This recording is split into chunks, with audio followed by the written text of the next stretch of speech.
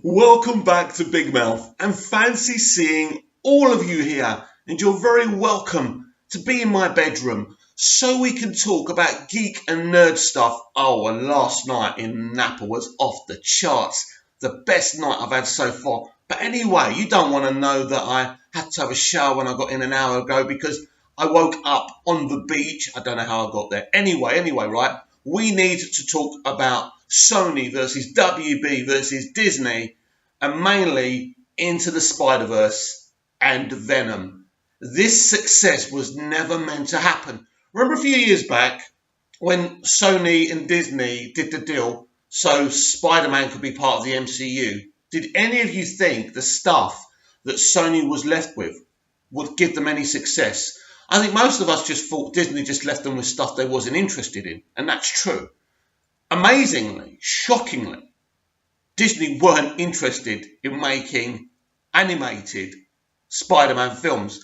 Imagine the potential, imagine the wallet there, imagine the money, and they said no. And because Disney are not interested in Venom because he's not what the kind of film that their target audience will watch, so they didn't bother. Meanwhile, right, Sony had a plan. Yes, Sony had a plan. We underestimated Sony because for the past 5 years, they have struggled as a studio. Not as a company. Sony are a massive company. But as a studio, they've struggled. And they were losing money. So we just went, they're finished. But of course, a company like Sony's never finished. It's all right sitting there masturbating over Disney and the MCU. But the truth is, if you look at Disney's history, there's not much there apart from animated movies, right? About friendly and kind of lovely animals, right? So I don't know why everyone's so obsessed with Disney, because they make a bunch of generic superhero films. But anyway, an argument and a debate for another time. Nobody saw this coming from Sony. Venom's box office this year is off the charts, over 800 million. Not one of you saw that coming. In fact, the pundits were talking well below what it's making. 600, 500, be lucky to break even, yeah? Because there was an agenda. They did not want Venom to succeed because they were scared if Venom succeeded, Sony would whip Spider-Man away from them. And they still may.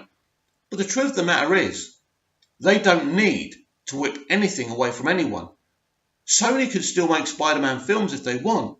They can make a live-action version of Spidey.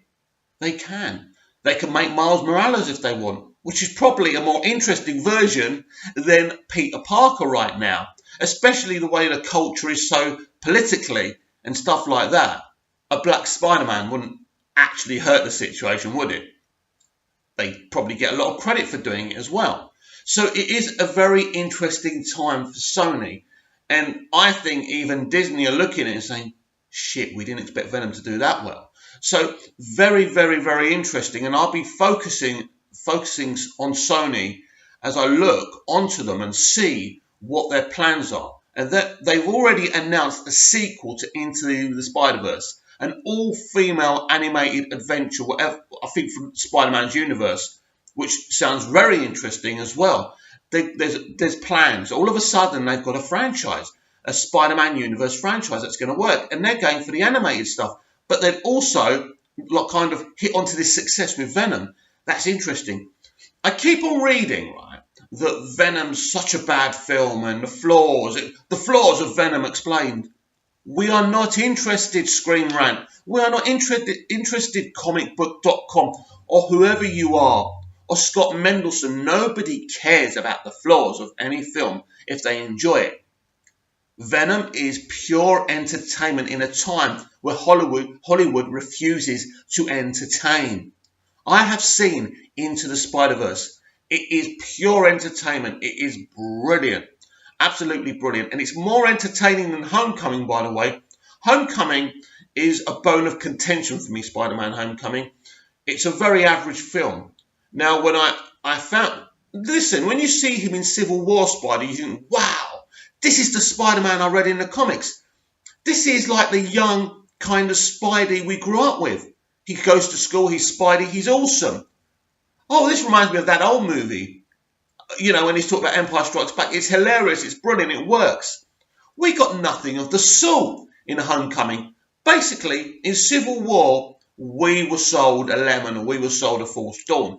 So I was always underwhelmed by Homecoming, and I never understood why it was so average. It wasn't great, it wasn't bad, it was just there. And don't get me started on Aunt May. It's absolutely ridiculous why they cast her as Aunt May. It just does not work one little bit. She's not the caring Aunt May. She doesn't even seem like she gives a crap about Peter, to be honest with you. Marissa Tomei, I've always been in and out, even when in her younger days, about her and acting, basically. So I don't understand who she had to suck off to get the job, but totally wrong casting, and they need to do something about that or just don't show her. Shame, because Aunt May is such a pivotal character in Spider-Man's world. But there you have it. So it's very, very interesting. But if we go back to Sony, in fact, we can call this Sony versus the MCU. It's easier. I haven't decided on the title for this video yet. You'll find out when you watch the video, won't you? You know now what the title is. I bet you're well excited. Not.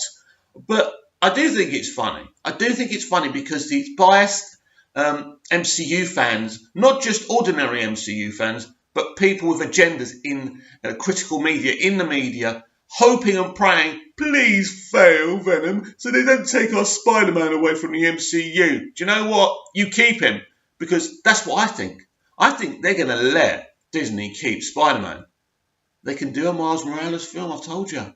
They will make a live-action Miles Morales film, right? And it will be better than what the MCU have got. And Sony will be lighting their specially expensive 100,000 cigars. Yeah, you can buy cigars for $100,000. They're very expensive things, right? I've smoked expensive cigars, right? And I hate cigars, by the way. But when you're celebrating, it's the thing you do, isn't it? But yeah, so Sony will be sitting there laying back on their deck chairs with their cigars because this franchise all of a sudden got bigger and worth more money than the MCU. The MCU is a big success. There's no question about that. And what's amazing about the success of the MCU, half their films are so average and meh and underwhelming. It's unbelievable. It's the biggest robbery in film history. A very successful IP, the most successful franchise, the most longest running, right? But it hasn't really ever done anything. It's a bit like the James Bond franchise. We all watched it when we were kids. We all loved it. But when you look back on it now, you think, okay, how was that so successful? I still love those films, by the way. So it's the same thing. It's the same thing. In fact, I think Bond and the MCU have got a similar amount of movies in their franchise. I definitely think the MCU's made more money than the Bond franchise all through. But I think they're very similar, that they don't offer very much. But it's become such a big thing, so successful, and it kind of makes me laugh. But the MCU is different because you've got this head honcho, Fake, who's the biggest magician. He's an illusion artist, if you like. He knows when to speak, he knows what to say, he's very clever, and he's created this illusion of a bunch of 20 fantastic movies when probably you've got not even 6 good movies that you'll remember in 50 years' time. That's the thing. More people remember Man of Steel and Batman v Superman and Wonder Woman and probably Aquaman, right? I've seen it, you haven't, that's why I'm talking about it. But yeah, even though the controversies with the DCEU, their films are more memorable. But when you look at the MCU, most of what you've been given is so generic. So we go back to Sony, where they've done something different. Venom, these animated movies that they're planning, Into the Spider-Verse, once you see it, you understand why I'm so excited about it. It really is so clever, so good. It's so exciting. And I think there are a few companies out there that still want to entertain the audience. And by the way, I don't think Disney's one of them.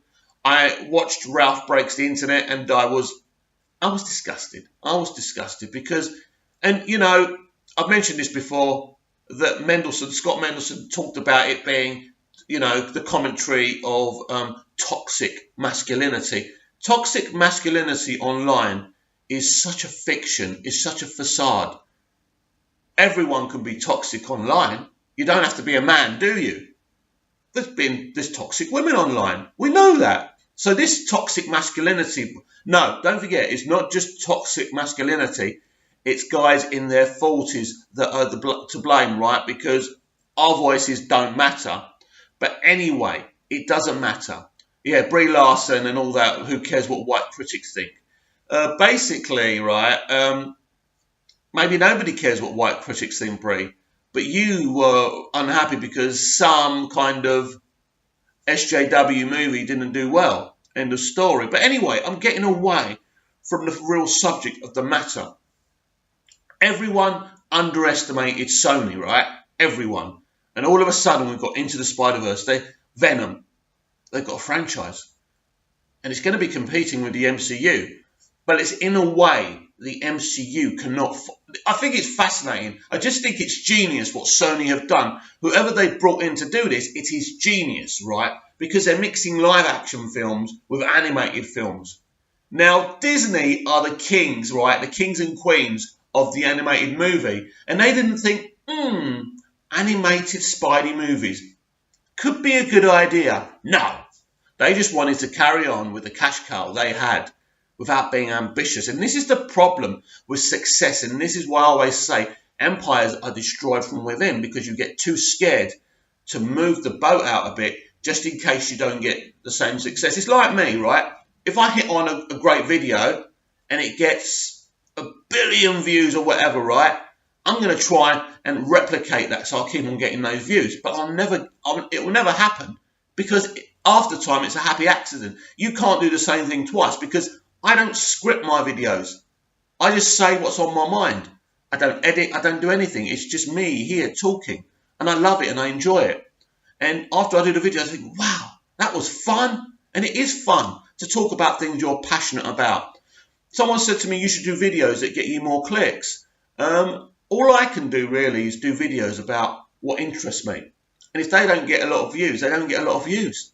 At the end of the day, this is what my channel's going to be. I'm Big Mouth, and I'm telling you that Sony are not only going to challenge Disney and the MCU, they're going to beat them.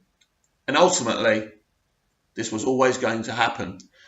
Because at the end of the day, when they did that deal for Spidey to be in the MCU, nobody really knew, including Disney, what they were really up to. And now we know.